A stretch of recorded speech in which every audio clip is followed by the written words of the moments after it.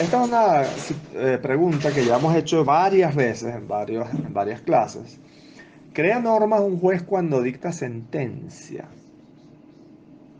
Entonces, eh, y por otra parte, los contratos también forman una norma. Vamos a ver. El artículo 1159 del Código Civil venezolano nos dice que los contratos tienen fuerza de ley entre las partes. Estas son normas concretas e individuales. ¿Ok? ¿Crea normas un juez cuando dicta sentencia? Absolutamente sí. Nos dice la profesora Tosta, hay normas jurídicas cada vez que se crea un deber jurídico cuya inobservancia acarrea una sanción. Y las sentencias judiciales, pues, requieren observación. Hay un detalle. Hay sentencias que son en procedimientos graciosos o no contenciosos que no necesariamente imponen una obligación, como son las declaraciones o las acciones mero declarativas o lo que tiene que ver con los procedimientos para perpetua memoria, los llamados títulos supletorios o la declaración de únicos universales herederos.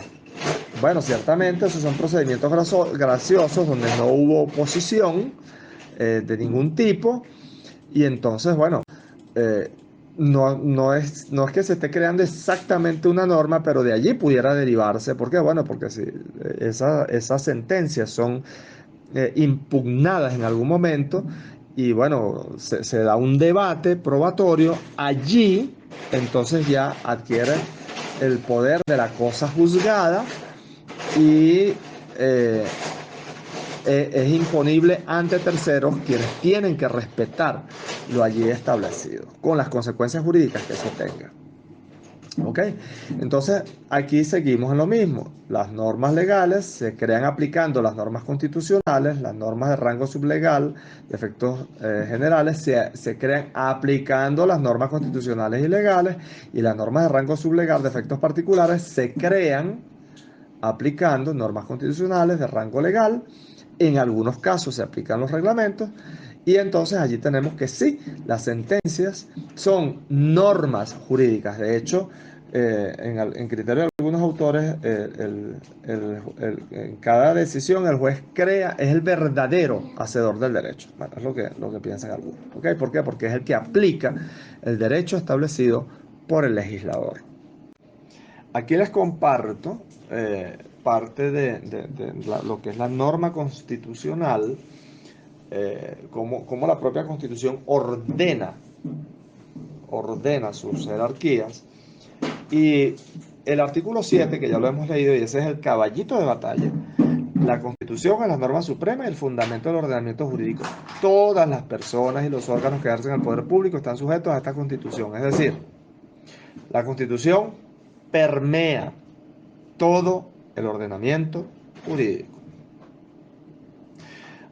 El artículo 23, que ya lo consideramos antes, nos habla de que de la inclusión de tratados, convenciones relativas a derechos humanos suscritos y ratificados por Venezuela, forman parte del, eh, del orden constitucional, del bloque constitucional, y prevalecen en el orden interno. ¿Ok?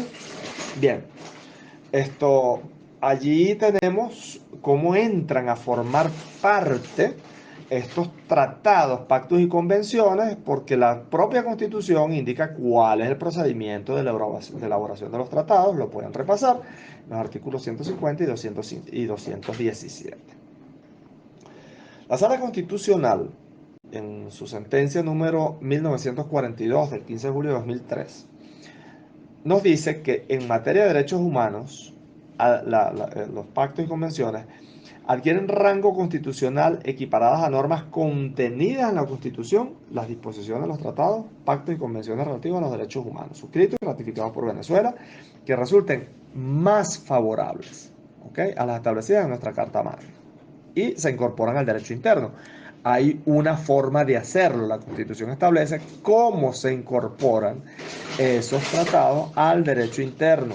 Artículos 150 y 217. Ok. Al incorporarse las normas sustantivas sobre los derechos humanos contenidas en los convenios, ¿ok? El máximo y último intérprete de ellas a los efectos del derecho interno es esta sala constitucional que determina su contenido y alcance.